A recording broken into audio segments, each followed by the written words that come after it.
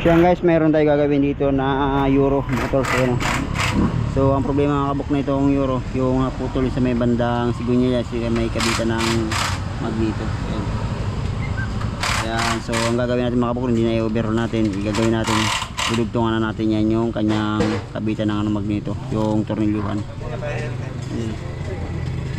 Yan, bali standard natin mga kabuknoy. So ang gagawin ko dito mga kabuknoy, putulin ko muna itong natitira dito sa kanya sigunyal, yung naputol na yan. So pantay ko muna yung yung tornilyo.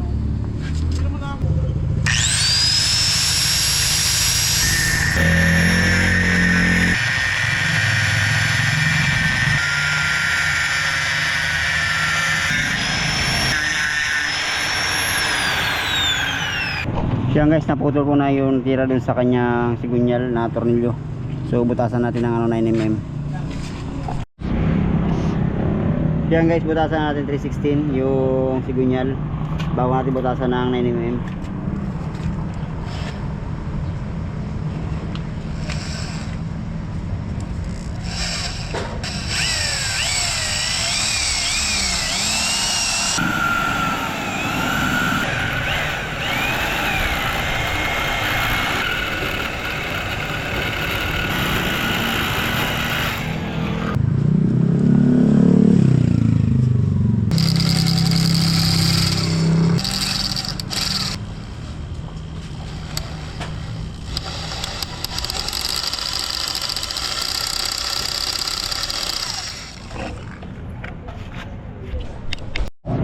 Yan guys, nabutasan na natin ng 316. So butasan natin ng 9mm.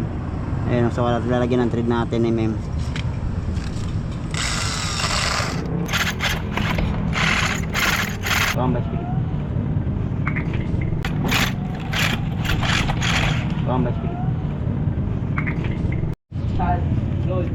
Yan guys, nalagyan natin ng thread na 10mm. Ayan o, hangin ko mo. Yan, so itong gawin natin para na pag-repair ng thread sa kanya sigunyal na hindi na kailangan baklasin yung kaya makanya sigunyal sa kanya makina.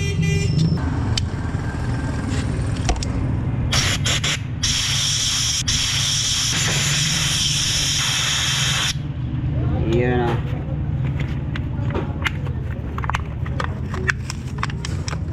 saka natin lalagyan ng Loctite.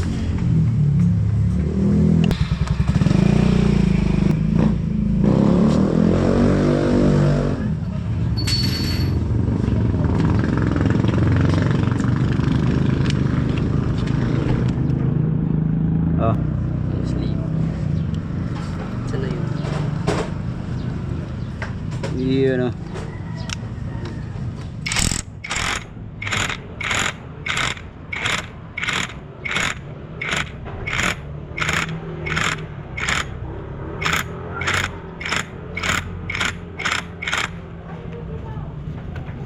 Siya guys, saka natin putulin yung ating lagay na tornilyo kasi mahaba nga siya. Putulin natin hanggang dun sa may pagitan na walang thread.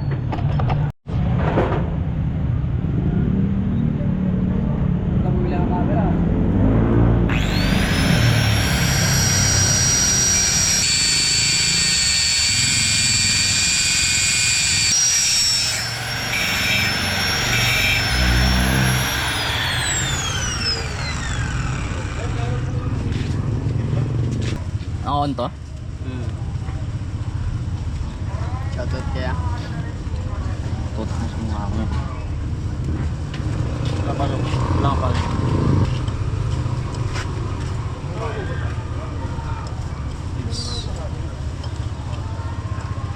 Ba?